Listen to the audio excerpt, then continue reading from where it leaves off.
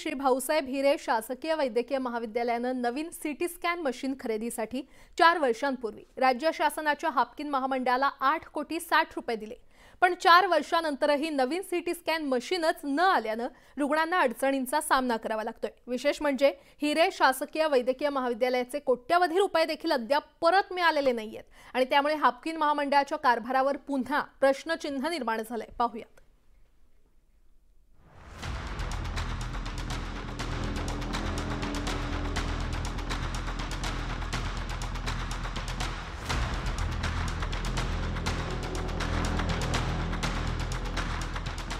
खानदेशातील सगळ्यात मोठी आरोग्य संस्था म्हणून ओळख असलेलं धुळ्यातलं हे भाऊसाहेब हिरे शासकीय वैद्यकीय महाविद्यालय।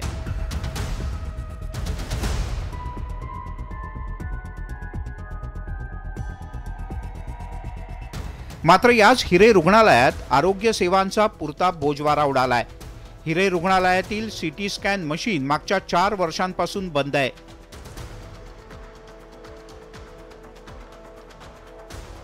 त्यामुळे रुग्णालयात येणाऱ्या रुग्णांना सीटी स्कॅन करण्यासाठी शहरात 8 किलोमीटर दूर जिल्हा रुग्णालयात जावं लागतं। त्यामुळे रुग्णांचा वेळ तर जातोच, पण आर्थिक भुर्दंड सुद्धा सहन करावा लागतोय। के बाद में जब पेशेंट यहाँ पर आता है तो उसके मेंदू में मार लगी रहती है। मेंदू में मार लगने के बाद जब डॉक्टर बोलता है कि सीटी स्कैन करना चाहिए, तो सीटी स्कैन मशीन यहाँ पर कम से कम 5 से 6 साल से बंद पड़ा हुआ है और ये मंजूर भी हो चुका है।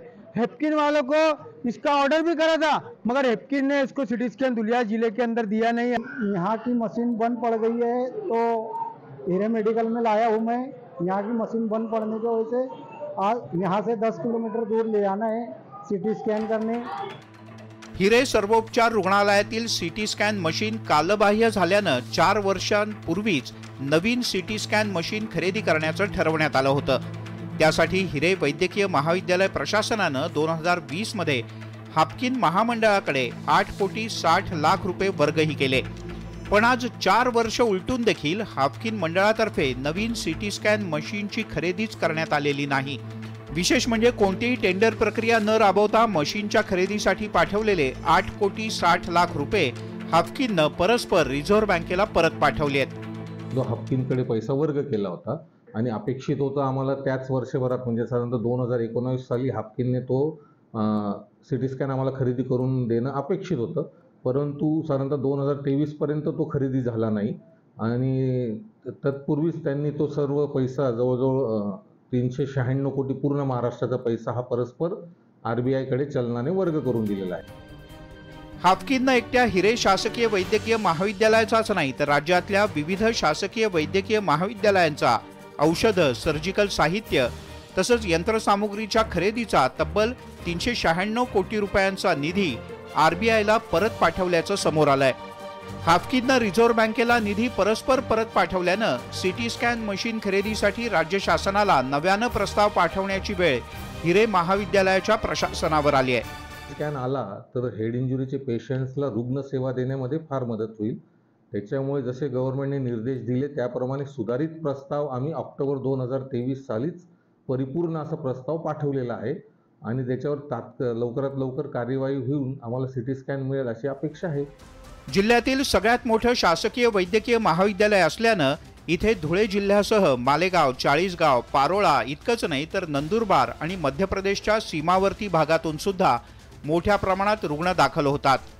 या ट्रॉमा केअरसह अपघातग्रस्त रुग्णांची संख्या मोठी असते। गेल्या 4 वर्षांपासून सीटी स्कॅन मशीन बंद असतानाही याकडे ना लोकप्रतिनिधी लक्ष देतात ना सरकार। त्यामुळे हा प्रश्न लवकर सोडवण्याची मागणी केली जाते। लोगों को 2500 रुपए जो है सीटी स्कैन बाहर करना पड़ा है और लोगों को बहुत परेशानी का सामना करना पड़ा है। MRI मशीन भी मंजूर है, मगर ये सरकार जो है बिल्कुल भी धुलिया जिले के ऊपर इनका ख्याल नहीं है, हिरे मेडिकल कॉलेज के ऊपर ख्याल नहीं है और बहुत परेशानी का सामना जनता को करना पड़ रहा है। ग्रामीण के लोग यहाँ पर रहते हैं जिनके पास में आदिवासी, हाथ मजदूर, पावरलूम मजदूर ऐसे लोग यहाँ पर आते हैं जिनके पास में 100 रुपए जो है दवा खरीदने को रहते नहीं है।